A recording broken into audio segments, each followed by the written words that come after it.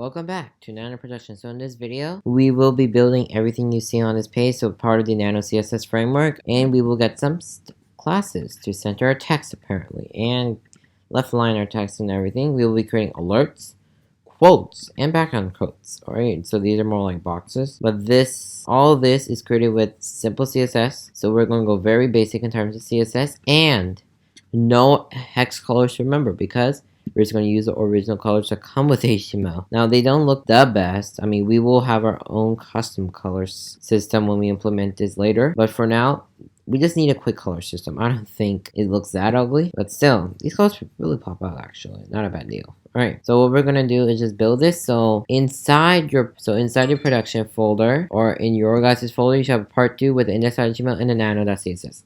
Alright, so the nano.css does not have to be empty, so you just borrow will be worked in part 1 and bring it over to here. Alright, so this is the final product. This is part of the production, is in the prepare folder. For you guys, it will be the production folder, but everything I do is in the prepare folder, so that's where you find early releases and stuff. Alright, so let's just gonna move back to the production folder in part 2. Let's see how it looks. Alright, not that bad actually. It looks a lot better than I expected. So the first type of class I want to cover will be the margin classes. Alright, but we're gonna work on the margin classes a little fun. So let's take our padding classes. So we're just gonna learn some VS Code tricks on the way there. And you want to grab everything until the padding, and then we just place it in. Alright, so now I gotta learn where everything exists. There are margin classes. So what I'm going to do is just draw like a dashed line so I know where it ends. Alright. So let me just turn on the view. So I guess that's it. Alright.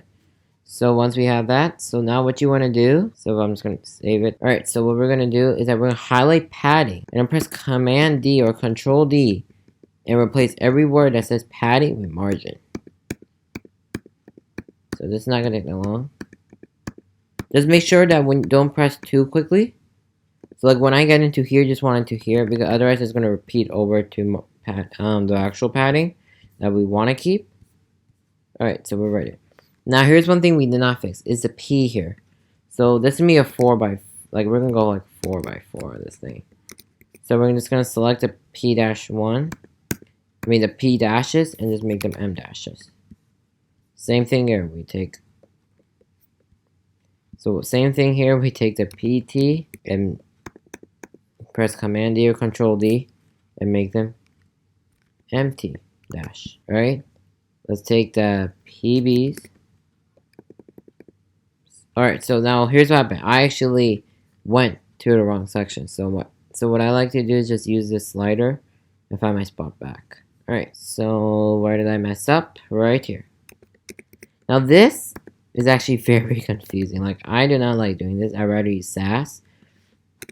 So if you want to, you guys can use Sass, but this is a CSS video strictly. So I am not expecting that that we have to use Sass. Alright, this is very easy with Sass.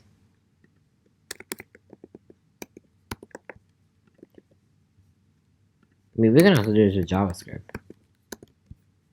It's actually possible. So we could actually do it with JavaScript. So yeah, so we have replaced everything. We got a margin classes. Alright, so we're not going to work with the margin class right now. So we can see that the font is already formatted, so we don't have to care about the font actually, which is actually very nice. I have no energy play. So let's just look at alerts now. Alright, so what I'm going to do is go into in my preparation folder and grab Nano CSS. I mean, prepare, part 2. So I'm just going to compare these two files around so I'm not making mistakes here. Alright, so that way you guys can get a preview of everything.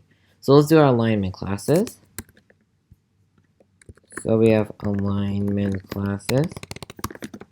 For me to open this file, it's just like you guys viewing my GitHub repository. Very simple. So let's do a text left and do a text align left. Let's do a text as center. Do text align center. And let's do a text dash right and text align right. Alright, so let's text align right. And then text.justify. We're gonna do text align justify. Alright, so that was fast enough. Now, yeah, so now this is centered by doing that because our H1 had a class of text center. Not bad. Alright, so now the next thing we will be focusing on will be the HR. So you want it to, so what we want the HR to be is with a height of 1 pixel and a background of hashtag CCC. There we go, a little better. So we can just make a comment of HR. Now, let's focus on the alerts. Let's hope we can focus on the alerts. And we can. Alright, so what I want to do is actually not look, let's have a chat. Like, I want to play with the Chrome Dev Tools here. So I'm going to go to, is a prepare folder. Go to part 2. Alright, so what we're going to do is that we're going to use the inspector. Bring this to the bottom of the dock. And then we're just going to take an alert and see what styles we gave it. So an alert, so they have a height of 1 rem. So I gave them a height of 1 rem. We have a margin of 0.5 rem and 1 rem. Now the reason that we're not attacking color here is because we actually, yeah, we need color. So let's just do color white since all colors are pretty dark.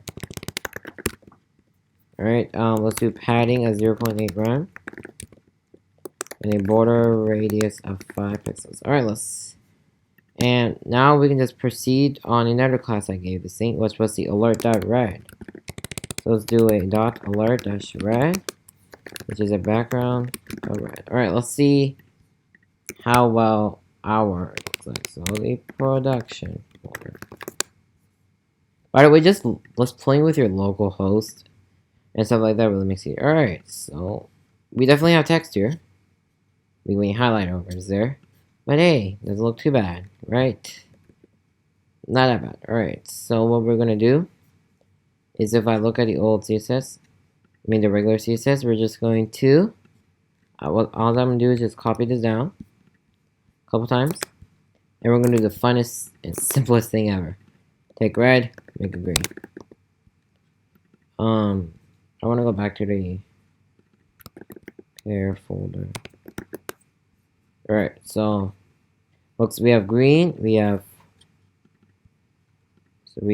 orange, and then we have blue.